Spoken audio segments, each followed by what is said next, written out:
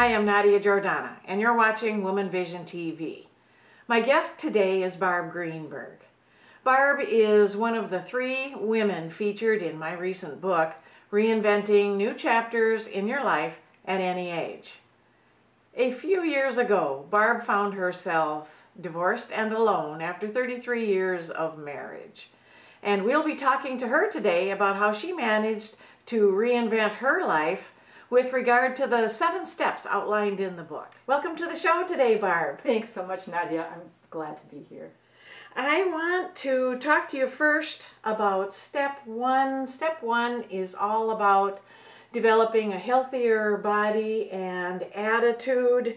Was there anything special you'd like to tell the audience that you did during this time to stay healthier physically and emotionally?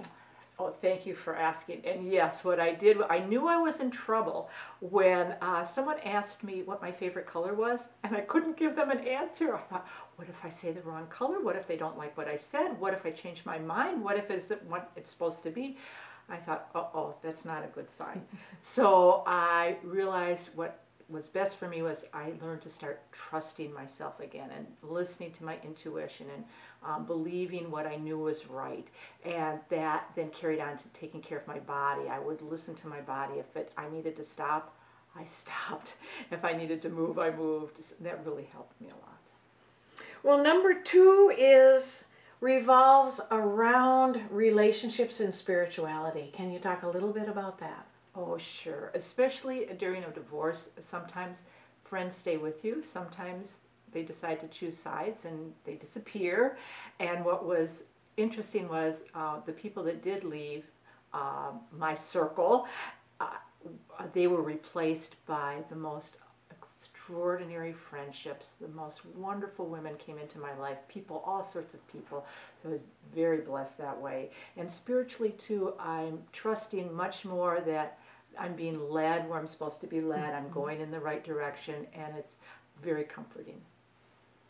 And number 3 teaches redirecting your thought patterns toward the possibilities in life rather than focusing on distress. How did you manage that? Well, that's an interesting question because at first I couldn't do that. I was very frightened about everything, finances, friendships, future, my children, you name it, I was worried about it.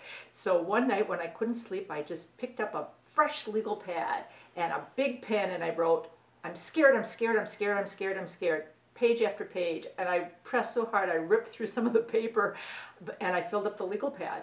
And then I slept like a baby. And I realized I needed to get that out of my system and really be honest about that piece before I could start rebuilding. And then after that night, I could see the light at the end of the tunnel, or the light that's around, and it made it much easier for me to begin to add joy back into my life.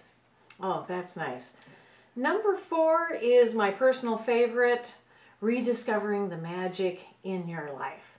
What did you do to bring joy back into your life? Oh, that's my favorite too. Little things. It didn't have to be real big things. It was little things that I made sure were in my life almost on a daily basis if I could.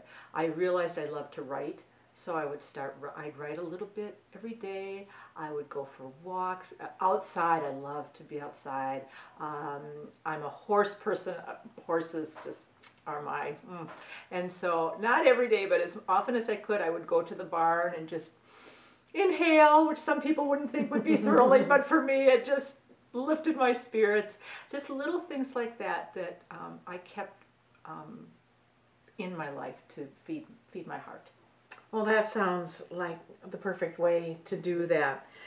Number 5 is about removing lingering regrets, and that's a necessary step. Were there things you needed to put into perspective in order to move forward? Oh, yes. You know, we talk a lot about forgiving other people. One of the difficult things for me is to forgive myself. You know, why didn't I see things sooner? Why did I stay in a relationship that was not healthy? Why am I causing my children so much pain? You know, and we're so good at just beating ourselves up sometimes. And so it was real important for me to learn to be very gentle with myself and cherish myself and understand that we're all learning, we're all doing the best we can, one step at a time. And that was a huge lesson for me, to just be kind. We're very kind to everybody else, but to be kind to ourselves, we forget about that. We do sometimes. And number 6 is about rewriting your new life chapter, and it seems to me like you literally did that by writing not one book but 2. Talk about the books. Oh, that was really a surprise for me. The first book came about because our younger college-age daughter had been in a near-fatal car accident halfway around the world. We got that middle of the night phone call that you get that says, your daughter's in the hospital in Australia and you better get her right now. She's in a coma and on life support.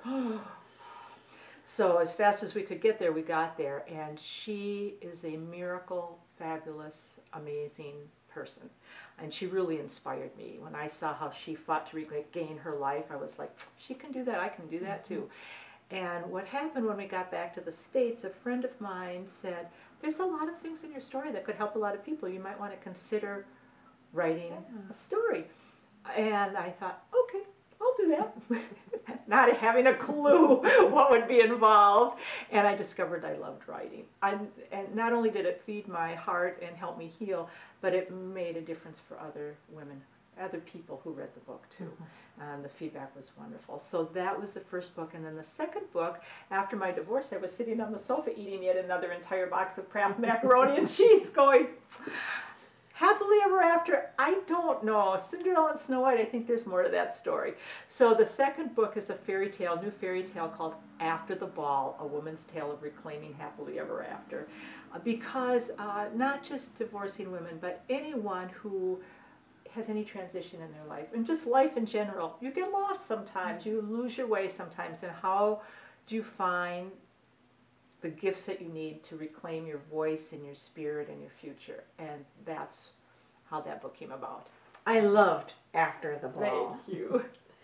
And number 7 is all about living your new life chapter, and you're certainly doing that with the work you're doing with women in the Twin Cities area. Tell us about what you're doing. My favorite thing to talk about. And it's very interesting because I was so shy growing up that doing what I'm doing now was really surprises me. But what happened was, from the book After the Ball, we decided to put together after the ball dinners. So once a month we have a dinner, and women can come, have a glass of wine or a Diet Coke, have a lovely dinner. They can share stories if they want, connect with each other, and then we always have an hour for an expert guest speaker. So we've had attorneys, financial planners, psychologists, wellness people, the list goes on, and it's just been wonderful. And then from that we decided to do, since it's After the Ball, we decided to do glass slipper workshops. So it's a series of 3 on healing your soul, recovering your sparkle, and learning to dance again. And those are wonderful too. So the women make friendships, they connect with each other, they realize they're not alone. They inspire each other, and they really inspire me with the courage that they show moving through this difficult time for them. Oh, absolutely. Well, thank you for being in the studio with me today, Barb. Barb's website is www.barbgreenberg.com. Look her up online. I'm going to say goodbye today, leaving you with the question, what chapters are yet to be written in your life?